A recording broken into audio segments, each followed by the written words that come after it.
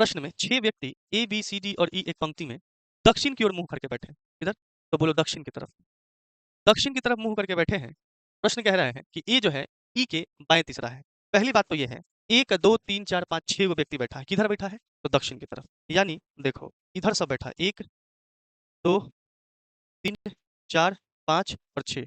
6 गो बैठ गया, किधर बैठा है? दक्षिण की तरफ। अब थोड़ा इसमें लैंग्वेज को पकड़िए, सब ये बता दिए हैं। कह रहा है कि ए जो है ई के बाएं तीसरा है। ए कहाँ है?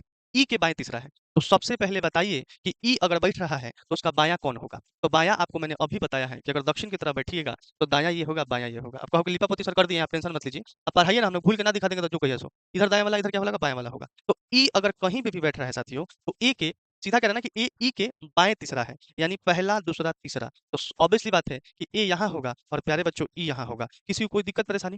बोलो। उत्तर क्या आ रहा है? किसी को अभी बी आया है, ठीक है। ये क्या हो जाएगा? आपका बायां हो जाएगा, ठीक है। और ये क्या हो जाएगा? ये दायां होगा ना। ये क्या हो जाएगा? अगर ऐसे बैठे हो तो ये दायां होगा ना, ठीक है।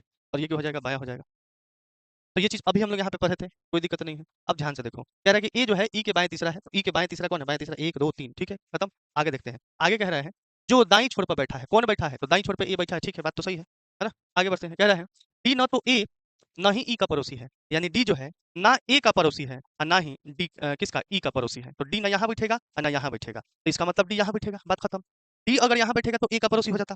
डी अगर यहाँ बैठता तो ए का पड़ोसी हो जाता, और डी अगर यहाँ बैठता तो ई का पड़ोसी हो जाता। तो डी इसका मतलब कहीं नहीं बैठा है, ना ए के पास ना ई के पास, ठीक है। बोलिए हाँ सर, ठीक है। आगे ए जो है ए सी और एफ के बीच में बैठा है। इसका मतलब कि ए जो है सी और एफ के बीच में बैठा है, तो हम कह सकते हैं कि सी यहाँ पे भी हो सकता है, सी यहाँ पे भी हो सकता है कि नहीं? तो बाद में पता करेंगे कि सी किधर होगा। आगे बढ़ते हैं।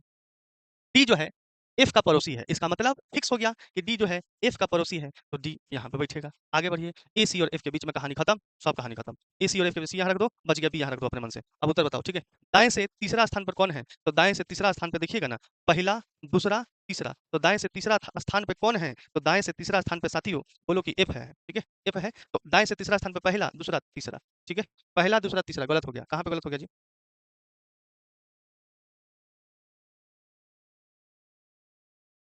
ठीक तो है। ए जो है सी और एफ के बीच में बैठा है, और डी जो है साथियों कह रहा है कि डी एफ का पड़ोसी नहीं। यहाँ लिखा है डी एफ का पड़ोसी नहीं है, ठीक है। क्या लिखा है? डी एफ का पड़ोसी नहीं है, यही तो गड़बड़ा गया। डी एफ का पड़ोसी नहीं है साथियों, तो गड़बड़ा गया, सब गड़बड़ा गया, पूरा गड़बड़ा गया। सीधा लिखा है कि डी एफ का पड़ोसी नहीं है, और आप लोग कह रहे हैं कि डी एफ का पड़ोसी है। गलत हो गया कि नहीं हो गया? यानी सी यहाँ रहेगा और साथियों एफ यहाँ रहेगा और बी यहाँ पे आ गया। किसी को कोई दिक्कत? बोलो नहीं। कोई दिक्कत परेशानी? बोलो नहीं। समझ गए? तो ये कह रहा है कि बताइए, क्वेश्चन कह रहा है कि दाएं से तीसरा स्थान पे कौन बैठा है? तो दाएं से तीसरा स्थान पे देखेंगे हम लोग तो सीधा सीधा मिल रहा है, पहला दूसरा तीसरा। तीसरा मिल गया एफ, ठीक है, खत्म कहानी। कोई दिक्कत?